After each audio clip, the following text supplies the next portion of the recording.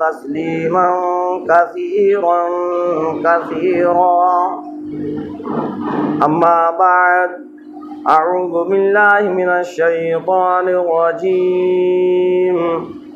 बिस्मिल्लाहिर रहमानिर रहीम। शहरु रमज़ान अल्लज़ी उन्ज़िला फ़ीहिल क़ुरआनु हुदल लिन्नासि व बय्यिनातिम मिनल हुदा वल फ़ुरक़ान। फ़मन शहिदा मिनकुमुश शहरा फ़लयसुम। सदक़ल्लाहुल अज़ीम। अल्लाहुम्मा सल्लि अला मुहम्मदिन व अला आलि मुहम्मद कमा सल्लैता अला इब्राहीम व अला आलि इब्राहीम इन्नका हमीदुम मजीद। अल्लाहुम्मा बारिक अला मुहम्मदिन व अला आलि मुहम्मद कमा बारकता अला इब्राहीम व अला आलि इब्राहीम इन्नका हमीदुम मजीद। मोहतरम हज़रात, सामईन किराम, अज़ीज़ साथियों,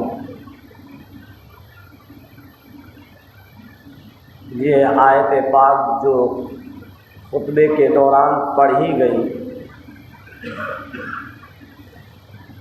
अल्लाह तबारक ताला ने इस आयत के अंदर रमज़ानुल मुबारक के महीने की फजीलत को बयान किया। बड़ा मुबारक महीना है, बड़ी अहमियतें हैं जो आने वाला महीना है।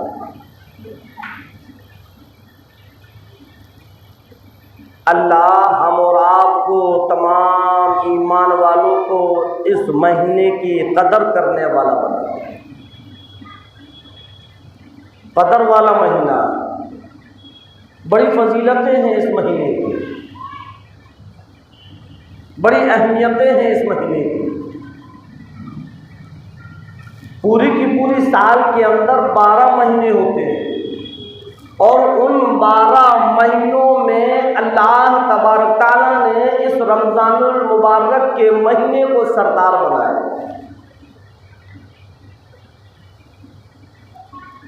जो फौक़ियत और जो बुलंदी और जो मर्तबा अल्लाह तबारक ताला ने इस रमज़ानुल मुबारक के महीने को दी, वो अल्लाह तबारक ताला ने किसी और महीने को नहीं दी।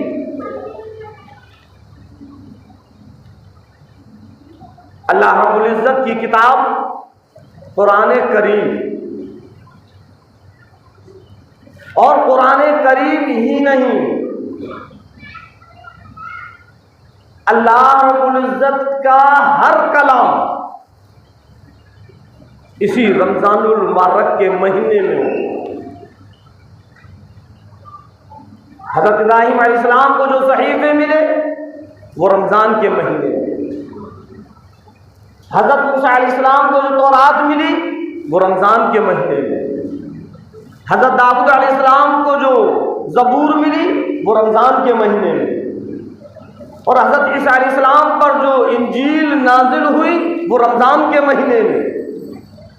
और अल्लाह के रसूल इमामुल अंबिया महबूब किबरिया मदनी करीम सल्लल्लाहु अलैहि वसल्लम पर जो कुरान पाक नाजिल हुआ, इस पूरे के पूरे कुरान करीम को परवरदिगार आलम ने लोहे महफूज से जो दुनिया के आसमान पर उतारा वो कोई और नहीं, रमज़ानुल मुबारक का महीना। हाँ, बड़ी कदर वाला ये महीना है, बड़ी फजीलतें हैं इस महीने की। इरशाद फरमाया परवरदिगार आलम ने, रब्बे कायनात ने, मालिक हकीकी ने, जो मेरा रब तेरा रब, सारी की सारी कायनात का रब, जमीन का रब, आसमान का रब, चांद सूरज सितारों का रब, सारी की सारी मखलूक का रब, उस परवरदिगार आलम का फरमान है, शाहरु रमज़ान अल्लज़ी उन्ज़िला फ़ीहिल क़ुरआन हुदल लिन्नासि व बय्यिनातिम मिनल हुदा वल फ़ुरक़ान। फरमाया परवरदिगार आलम ने, लोगों, कुरान करीम को हमने इसी महीने के अंदर नाजिल किया। जब इस कुरान करीम का ताल्लुक रमजानुल मुबारक के महीने से हुआ, अल्लाह तबारक ताला ने रमजानुल मुबारक की अहमियत को बढ़ा दिया, रमजानुल मुबारक की फजीलत को बढ़ा दिया। अल्लाह रब्बुल इज्जत ने सारे के सारे महीनों पर रमजानुल मुबारक के महीने को सरदारी दी। ये वो महीना है कि इस महीने के अंदर अल्लाह तबारक ताला की तरफ से मग़फ़िरत आम हो जाती है, रहमत आम हो जाती है, बरकत आम हो जाती है, हर चीज में बरकत होती है। और अल्लाह के रसूल सरकार दो आलम सल्लल्लाहु अलैहि वसल्लम ने शाबान के आखिरी दिनों में सहाबाए कराम को इकट्ठा किया और आपने खुतबा दिया और फरमाया कि ए लोगों, ए मुसलमानों, ए सहाबाओ, तुम्हारे ऊपर एक ऐसा महीने आने वाला है जो बड़ी अहमियत वाला महीना है, बड़ी कदर वाला महीना है, बड़ी फजीलतें उस महीने की। उस महीने की कदर करो। अल्लाह तबारक ताला उस महीने के अंदर सवाब के अंदर भी ज्यादती कर देता है। कौन कह रहा है? सरकार दो आलम सल्लल्लाहु अलैहि वसल्लम फरमा रहे हैं कि जब रमजानुल मुबारक का महीना शुरू होता है तो अल्लाह सवाब के अंदर भी बरकत कर देता है। जहन्नम के दरवाजों को बंद कर दिया जाता है, जन्नत के दरवाजों को खोल दिया जाता है। वो नाफरमान, वो गुनहगार, अल्लाह के वो गुनहगार बंदे जो अज़ाब कब्र के अंदर मुब्तला है, अज़ाब के अंदर मुब्तला है, उनके ऊपर अज़ाब हो रहा है। रमजान का चांद नजर आते ही अज़ाब कब्र को खत्म कर दिया जाता है। कैसा मुबारक महीना है जहां रमजान का चांद नजर आया, जो फरिश्ते बंदे को अजाब देने में लगे हैं, अल्लाह का हुक्म हो जाता है, फरिश्तों रोक लो, ये मेरा वो मुबारक महीना है, इस महीने के अंदर किसी को कोई अजाब नहीं। हाँ, जब उनके ऊपर से अजाब हट जाता है तो वो कब्र वाले परेशान हैरान हो जाते हैं, ताज्जुब करने लगते हैं, कहने लगते हैं क्या हुआ, क्या वजह हुई जो हम इतने दिनों से, इतने महीनों से जिस अजाब को भुगत रहे थे, ऐसी कौन सी बात आ गई कि उस अजाब से हमको छुटकारा मिल गया। जवाब दिया जाता है, ए अल्लाह के बंदो, तुमको पता नहीं, रमजान का चांद नजर आ गया। ये रमजानुल मुबारक के महीने की बरकत है जिससे कि तुम्हारे ऊपर से अजाब टल गया।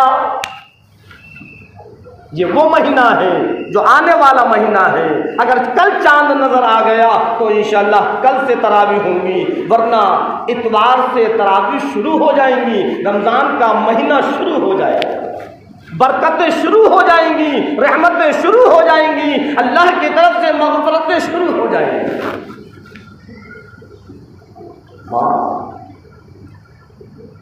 और यूं फरमाया मदनी करीम सल्लल्लाहु अलैहि वसल्लम ने कि रमजान के महीने के अंदर अगर तुम नफलों को अदा करोगे, आम दिनों के अंदर, आम महीनों में एक नफल पढ़ने का सवाब एक नफल का होगा, 2 नफल पढ़ने का सवाब 2 नफल का होगा, 3 नफल पढ़ने का सवाब 3 नफल का होगा। फरमाया मदनी करीम सल्लल्लाहु अलैहि वसल्लम ने, ऐ लोगों, अब अगर रमजान के महीने में उन्हीं नवाफिल को अदा करोगे तो अल्लाह उन नवाफिल का सवाब बढ़ाकर फर्ज के बराबर कर देगा। कैसा मुबारक महीना आ रहा है। इरशाद फरमाया मदनी करीम सल्लल्लाहु अलैहि वसल्लम ने, इस महीने की कदर करो, इस महीने की अहमियत को समझो, अल्लाह की इबादत करो, जिक्र करो। जो सुभान अल्लाह तुम एक मर्तबा आम दिनों के अंदर कहोगे, अल्लाह तुमको एक मर्तबा कहने का सवाब देगा। अल्लाह की रहमत को देखो, अगर इसी सुभान अल्लाह को अगर रमजान के महीने में पढ़ा, 1,00,000 सुभान अल्लाह का सवाब मिलेगा। कैसा मुबारक महीना। लेकिन हम इस महीने की कदर नहीं कर पाते। शुरू होने वाला है मेरे नबी, तेरे नबी, सारी की सारी कायनात के नबी, इमामुल अंबिया महबूबे किबरिया मदनी करीम सल्लल्लाहु अलैहि वसल्लम ने फरमाया कि परवरदिगार आलम नवाफिल को फर्जों के बराबर कर देता है, और फर्ज अदा करने पर एक फर्ज को 70 फर्जों के बराबर कर दिया जाता है। आम दिनों के अंदर अगर एक फर्ज पढ़ोगे तो एक फर्ज का सवाब मिलेगा। उसी फर्ज को अगर तुम रमजान के महीनों में अदा करोगे, रमजान के दिनों में अदा करोगे, तो अल्लाह उसको 70 गुना बढ़ा दे। खुदा की कसम, अगर हम और आप चाहें तो रमजान के महीने में नेकियों के अंबार लगा। हाँ, अब अल्लाह रब्बुल इज्जत ने यह भी बतला दिया कि इस महीने के अंदर करना क्या है। ये तो रमजान के महीने की फजीलत थी जो मैंने बतलाई। इरशाद फरमाया परवरदिगार आलम ने, फमन शहीदा मिनकुम शहरा फलयसुम। ऐ लोगों, जिसको ये महीना मिल जाए, बड़े खुशनसीब हैं वो लोग जो इस महीने को पाले, इन बरकतों को पाले, इनकी रहमतों को पाले। अल्लाह ने फरमाया फमन शहीद मिनकुम शहरा फलयसुम। बस अगर जिसको भी ये महीना मिल जाए, उसके सामने चांद नजर आ जाए, महीना शुरू हो जाए, फलयसुम, रोजा रखो। अल्लाह का हुक्म है ये। ऐसा नहीं है कि मेरा दिल चाहेगा तो रखूंगा, मेरा दिल चाहेगा तो नहीं रखूंगा। खुदा की कसम, आज दुनिया के अंदर हैं हम और आप, जो चाहे कर ले। जब कल अल्लाह के सामने खड़े होंगे, पता चल जाएगा कि मेरा दिल चाहेगा तो रखूंगा, दिल चाहेगा तो नहीं रखूंगा। फरिश्तों से परवरदिगार आलम कहेगा, फेंको इनको जहन्नम के अंदर। हाँ, यहां दिल की नहीं चलेगी, यहां रब की चलेगी। जो अल्लाह ने कह दिया, जो अल्लाह का हुक्म आ गया, हमें उस पर अमल करना है, हमें उस पर अमल करना है। और अल्लाह की बेनियाजी तो देखो, अल्लाह का करम तो देखो कि जब हम रोजा रखेंगे तो अल्लाह का इनाम कितना बड़ा है उस पर। अभी हमने समझा नहीं है। इरशाद फरमाया नबी करीम सल्लल्लाहु अलैहि वसल्लम ने, क़यामत के दिन कब्रों से जब लोग उठेंगे, कुछ ऐसे लोग होंगे कि उनके मुंह से कस्तूरी की खुशबू निकलेगी। हाँ, सब नहीं होंगे। यूं फरमाया कि कुछ ऐसे लोग होंगे कि उनके मुंह से कस्तूरी की खुशबू निकलेगी, और उस मैदान हश्र में, उस नफ्सी नफ्सी के आलम में, जहां सबको अपनी अपनी पड़ी होगी, सब अलग थलग होंगे। गर्मी का ये आलम होगा, गर्मी का ये आलम होगा कि सब पसीने के अंदर डूबे हुए होंगे। जो गुनहगार हैं, जो खताबार हैं, जो अल्लाह के नाफरमान हैं, जो मुशरिक हैं यहूदी हैं, नसारा हैं, अल्लाह के रसूल इमामुल अंबिया महबूबे किब्रिया सरवरे कौनैन सल्लल्लाहु अलैहि वसल्लम के नाफरमान, परवरदिगार आलम के नाफरमान, गुनाहों के पसीने के अंदर मुब्तला होंगे। सूरज खोपड़ियों के ऊपर होगा, 50,000 साल के बराबर एक दिन होगा।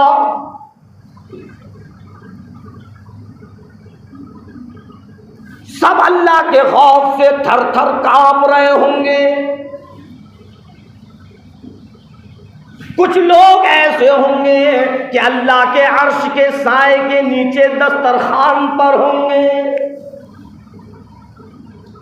लोग देखकर ताज्जुब करने लगेंगे, हैरान हो जाएंगे, कहने लगेंगे ऐ कौन लोग हैं, अरे जरा हमको भी बतलाओ, हम तो गुनाह, हम तो पसीने के अंदर डूबे हुए, हम तो गर्मी के अंदर परेशान हैं, हम तो जाने कैसे यहाँ खड़े हुए, इतनी परेशानी, इतनी तकलीफें, आखिर ये कौन लोग हैं जो अर्श अजीम के साए के नीचे मौजूद हैं।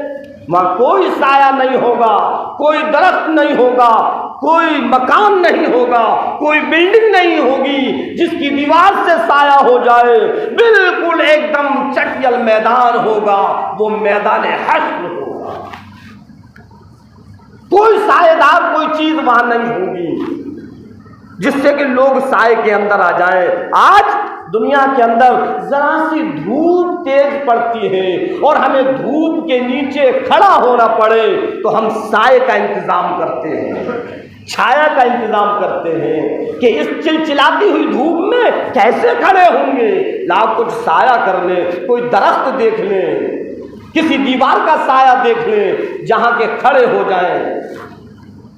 उस मैदान हश्र में कोई साया नहीं होगा, अगर साया होगा तो अल्लाह के अर्श का साया होगा और अल्लाह के अर्श के साए के नीचे दस्तरखान पर बैठेंगे और खाना खा रहे होंगे।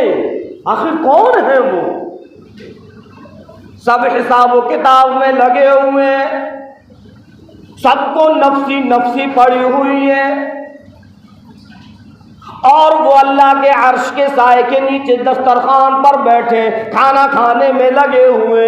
लोग हैरान हो जाएंगे, पूछने लगेंगे कौन है ये लोग जिनको आज साया नसीब हुआ और साया के साया के साथ साथ इनको खाना भी मिला। अभी तो हमारा पता नहीं, हमारा कोई फैसला नहीं, हम जन्नत में जाएंगे या जहन्नम में जाएंगे। अरे ये पहले 50,000 साल का दिन है, इस दिन की गर्मी का ये आलम है कि सर के भेजे ऐसे खोल रहे हैं जैसे कि हांडी में चावल, जैसे हांडी में चावल जो जोश मारता है, इस तरीके से सर के भेजे खोल रहे होंगे और सब खड़े होंगे। लेकिन अल्लाह के अर्श के साए के नीचे जो लोग होंगे उनको किसी भी किस्म का कोई एहसास नहीं होगा, कोई तकलीफ नहीं होगी, कोई परेशानी नहीं होगी। और तकलीफ काहे की? अल्लाह का अर्श का साया है, दस्तरखान है, सब देखेंगे। आखिर कौन है? क्या अपने अपने वक्त के नबी हैं ये? कौन है ये? क्या अल्लाह के बहुत करीब वाले बंदे कुतुब अब्दाल हैं ये? कौन है ये कि सब इस गर्मी के आलम में खड़े हुए हैं और पसीने में डूबे हुए हैं और इन लोगों पर अल्लाह का ऐसा करम है कि अल्लाह के अर्श के साए के नीचे हैं। आखिर कौन है ये? पूछने लगेंगे, अरे भाई बतलाओ तो सही कौन है ये? जवाब दिया जाएगा कि ये वो लोग हैं जो दुनिया में रोजा रखा करते थे।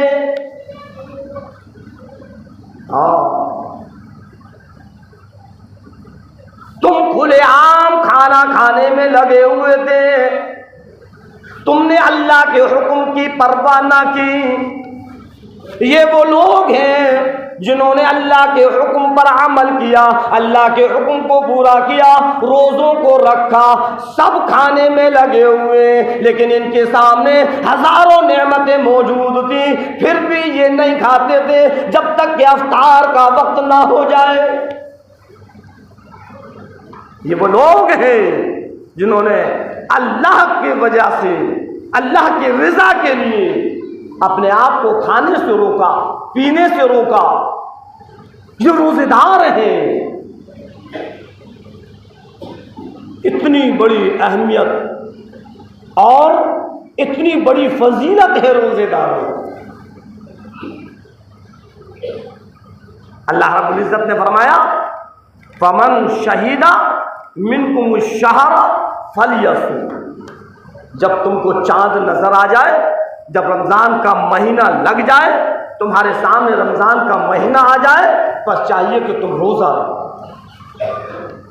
अल्लाह ने रोज़ों को फर्ज किया, जैसे नमाज फर्ज है, ज़कात फर्ज है, हज फर्ज है, इसी तरीके से रमज़ान के रोज़े भी फर्ज हैं। और बहुत से लोग क्या कहते हैं, अरे हम पे रोज़ा रखा नहीं जाता, हम पे रोज़ा रखा नहीं जाता, हम नहीं रखते रोज़ा। आओ अल्लाह के रसूल सरकार दो आलम सल्लल्लाहु अलैहि वसल्लम के फरमान को सुनो और फिर फैसला करना कि रोज़ा रखा जाएगा या नहीं रखा जाएगा। अल्लाह के रसूल इमामुल अंबिया महबूबे किबरिया मदनी करीम सल्लल्लाहु अलैहि वसल्लम ने फरमाया, रमज़ान के महीने के अंदर बग़ैर किसी उज़्र के, बग़ैर किसी बीमारी के, बग़ैर किसी तकलीफ़ के, बग़ैर किसी परेशानी के अगर वो रोज़ा छोड़ देता है फलैसा मिन्ना, तो वो मेरी उम्मत में से नहीं, वो मेरा नहीं, मैं उसका नहीं। अल्लाह के रसूल सरकार दो आलम सल्लल्लाहु अलैहि वसल्लम फरमा रहे हैं कि कोई उज़्र नहीं है, कोई तकलीफ नहीं है, कोई बीमारी नहीं है। हाँ, अगर कोई बीमार है तो अल्लाह ने बीमार को मोहलत दी है और ये फरमाया वमन काना मरीज़न अव अला सफ़रिन फ़इद्दतुम मिन अय्यामिन उख़र। क्या अगर तुम मरीज़ हो या सफ़र की हालत में हो, और मर्ज भी ऐसा नहीं कि बुखार आ गया और हम कहते हैं हाँ मौलाना ने कहा था अगर मरीज हो तो रोज़ा छोड़ दो। नहीं, मर्ज ऐसा हो कि रोज़ा रखने से तुम्हारी जान हलाकत में पड़ जाए, ऐसा मर्ज हो। हल्का फुल्का बुखार आया, बदन में दर्द हुआ, थोड़ा आलकस हुआ, क्या हुआ, अरे आज मेरे सर में दर्द हो रहा था इसलिए मैंने रोज़ा नहीं रखा, आज मेरा बदन से टूट रहा था, मैंने सोचा कहीं बुखार ना आ जाए इसलिए मैंने नियत नहीं की, आज मैंने रोज़ा नहीं रखा। ऐसी बीमारी नहीं है। बीमारी ऐसी हो, तकलीफ ऐसी हो जिससे कि तुम्हारी जान जाने का अंदेशा हो। और एक पते की बात बतलाऊं, अल्लाह ने तो इजाज़त दे दी कि अगर तुम बीमार हो तो तुम बाद में रोज़ा रखो, लेकिन अगर हमने कुछ ऐसी बीमारी है और हमारे अंदर हिम्मत है और हम रोज़ा रख लें और खुदा ना करे, खुदा ना करे, खुदा ना करे रोज़ा रखने की वजह से हमारा वक्त आ जाए, तो इससे बेहतर मौत कौन सी है जो कि रोज़े की हालत में यहाँ से जा रहा है।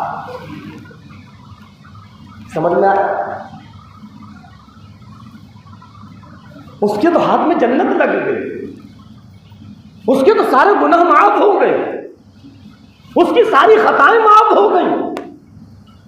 और आज है 15वीं सदी के मुसलमान, जरा सा तेरे सर में दर्द होता है तो तू रोजा छोड़ देता है, जरा सा तेरे पेट में तकलीफ हो जाती है तू रोजा छोड़ देता है, जरा सा बदन के अंदर आलकस आ जाता है तू रोजा छोड़ देता है।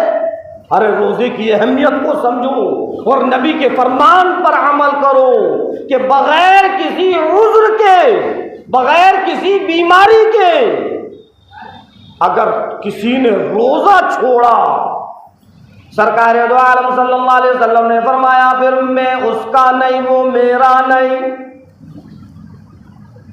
अल्लाह माफ़ करे, अल्लाह माफ़ करे जिसके लिए सरकार फरमा दे कि मैं उसका नहीं, वो मेरा नहीं, तो फिर कल क़यामत के दिन सिफारिश कौन करेगा? इरशाद फरमाया मदनी करीम सल्लल्लाहु अलैहि वसल्लम ने कि रमज़ान के महीने का एक रोज़ा, गौर करना, रमज़ान के महीने का एक रोज़ा और पूरी जिंदगी के रोज़ा रखता रहे, एक रोज़े के बराबर नहीं हो सकता। रमज़ान के महीने का रोज़ा भी समझा नहीं है। बहुत से क्या कहते हैं, अरे भाई हमारे अंदर ताकत नहीं है, हम नहीं रख सकते रोज़ा। उनके दिमागों के अंदर ये बात घुस गई, ये बात पैवस्त हो गई कि कहीं रोज़ा रखने से हम कमज़ोर ना हो जाए। अल्लाह को भूल गए। बीमारी का डालना, कमज़ोरी का डालना, हालात का बदलना, ये तो अल्लाह के हाथ में है। और अल्लाह तो यूँ कहता है कि रोज़ा मेरे लिए है और मैं खुद इसका अजर दूंगा। फिर भी हम रोज़ा ना रखें, बड़ी सख्त वईद है सरकार दो आलम सल्लल्लाहु अलैहि वसल्लम की। अगर हम ईमान वाले हैं, हम मुसलमान हैं, हम मोमिन हैं, नबी के उम्मती हैं, नबी के ग़ुलाम हैं, आओ ए नबी के उम्मतियों, आओ ए नबी के ग़ुलामों, और नबी के फरमान को पल्ले बांध कर ले जाओ। जिसने बगैर किसी उज़्र के रोज़ा ना रखा, बगैर किसी बीमारी के अगर उसने रोज़ा छोड़ दिया, फरमाया मदनी करीम सल्लल्लाहु अलैहि वसल्लम ने, फलैसा मिन्ना, वो मेरी उम्मत में से नहीं, मैं उसका नहीं, वो मेरा नहीं। फिर क्यों कहता है कि मैं मुसलमान हूँ? फिर कैसा तू अपने आप को उम्मती कहता है? अरे नबी तो ये कहते हैं कि जो रोज़ा ना रखे बगैर किसी उज़्र के, वो मेरा उम्मती नहीं। कहता फिर तू अपनी ज़बान से कि मैं नबी का उम्मती। हाँ, अगर हम बगैर किसी उज़्र के रोज़े को छोड़ दें, बगैर किसी बीमारी के रोज़े को छोड़ दें, तो समझ लेना नबी की उम्मत से निकल जाए। ये मैं नहीं कह रहा अपनी तरफ से, सरकार का फरमान है, फलैसा मिन्ना, बस वो हमारी उम्मत में से नहीं है। ये नबी फरमा रहे हैं। उज़्र क्या है? जैसे कि हमारी ख़वातीन हैं, हर महीने चंद दिन ऐसे हैं जो कि नापाकी के दिन होते हैं। अल्लाह ने उसमें रोज़े को रोक दिया कि जब ये दिन गुजर जाए, इत्मीनान से ईद के बाद इतने दिनों की क़ज़ा रख लें। याद रखना, रोज़ा माफ़ नहीं हुआ। गौर से सुने मेरी माँ और बहनें, हम ये सोचें कि उन हालात में रोज़े को माफ़ कर दिया गया। रोज़ा माफ़ नहीं है। अल्लाह ने यह फरमाया कि रोज़े को दूसरे दिनों में रखो। नमाज अल्लाह ने माफ़ कर दी कि उन दिनों के अंदर नमाज माफ़ है, लेकिन रोज़ा ईद के बाद रखना है। अगर बीमार है और हम ये सोचें कि बीमार है ला रोज़ा माफ़ हो गया, तो नहीं। वमन काना मरीज़न अव अला सफरिन फइद्दतुम मिन अय्यामिन उखर। अल्लाह ये फरमा रहा है, जब तेरा मर्ज सही हो जाए तो फिर दूसरे दिनों में इसकी क़ज़ा रखना। रोज़ा माफ़ नहीं है। अब जो बगैर किसी बीमारी के हट्टे खट्टे हैं, सही सलामत हैं, तंदुरुस्त हैं और यूं ही खुलेआम जानवरों की तरीके से खाने में लगे हुए हैं, ना रोज़े का ख्याल है, ना रोज़ेदार का ख्याल है, ना रमज़ानुल मुबारक के महीने का ख्याल है। यहाँ तक आया कि जो दुकानदार हैं, खबरदार खबरदार, रमज़ान के महीने में अफ्तार से पहले पहले खुले आम ऐसे ही सामान नहीं बेचना, पर्दे की आड़ कर लो, कहीं रोजेदार की नजर ना पड़ जाए। मसला तो यहां तक है, और हम रोजेदार के सामने पानी पी रहे हैं, हम रोजेदार के सामने खाना खा रहे हैं, हम रोजेदार के सामने यूं ही वो देख रहा है और हम खाने में लगे हुए हैं, और क्या कहते हैं, अरे भाई तुम्हारा रोजा है, तुम हट जाओ, तो ये शर्म नहीं आ रही, तू क्यों खा रहा है सामने बैठकर?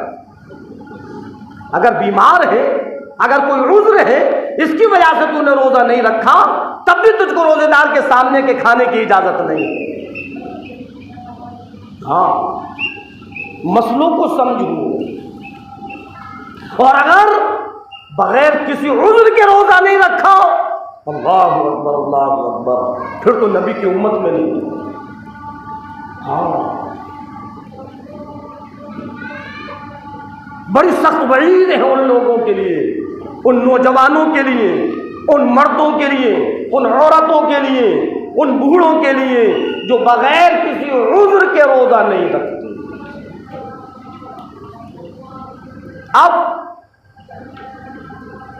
अगर किसी पर बुढ़ापा आ गया,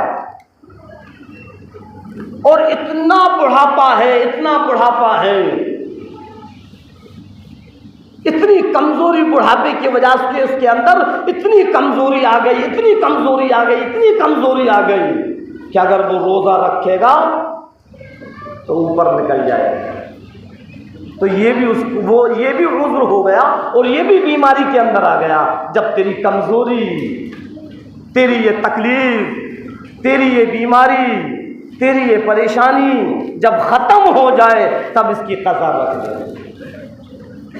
और हम तो ये देखते हैं अल्हम्दुलिल्लाह, जो हमारे बूढ़े लोग हैं उनके अंदर हिम्मत है और वो रोज़ा रखते हैं, और जो हमारे नौजवान हैं वो रोज़ा नहीं रखते, यूं ही खुले आम बाज़ारों में कभी कुछ खा रहे हैं, कभी कुछ खा रहे हैं, कभी ठंडा पी रहे हैं, कभी कुछ कर रहे हैं। अरे कम से कम बूढ़ों पर ही नज़र डाल लो, जिनकी उम्र तुमसे ज़्यादा है, जो बुढ़ापे की वजह से थका रहे हैं, लेकिन अल्लाह ने उनको ऐसी हिम्मत दी कि फिर भी वो रोज़ा रखे हुए हैं, और तुम नौजवान सही सलामत हट्टे खट्टे और उसके बावजूद रोज़ा नहीं रख रहे। क्या होगा? क्या खुदा का डर नहीं है? क्या अल्लाह के सामने नहीं जाना? क्या मैदान हश्र में खड़ा नहीं होना? क्या अल्लाह के कलाम पर यकीन नहीं? क्या नबी के फरमान पर यकीन नहीं? अगर यकीन है तो फिर रोज़ा क्यों नहीं रखते? फिर क्या वजह है? मेरे मोहतरम बुजुर्गों, दोस्तों, अजीज साथियों, ख्याल रखना, बगैर किसी उज़्र के एक भी रोज़ा हमारा ना छूटे। कहो इंशाअल्लाह।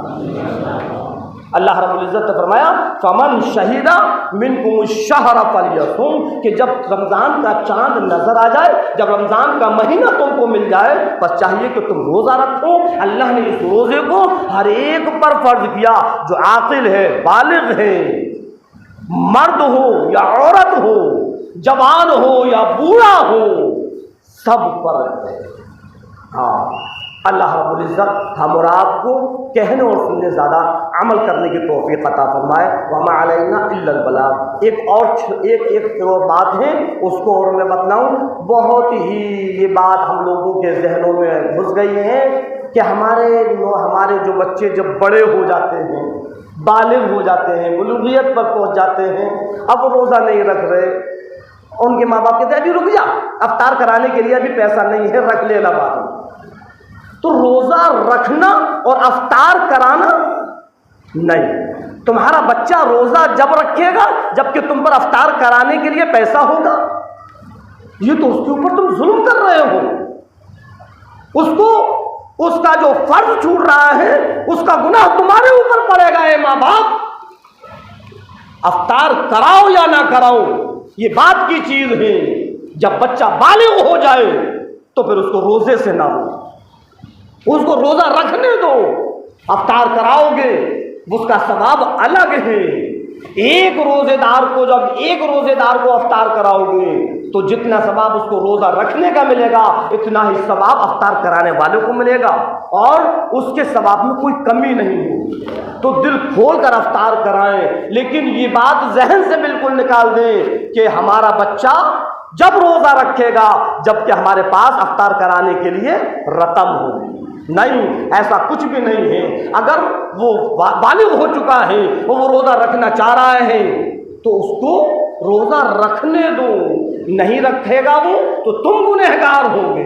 अल्लाह रब्बुल इज़्ज़त हम और आपको कहने और सुनने ज़्यादा अमल करने की तौफीक अता फरमाए। वमा अलैना इल्लल बलाग।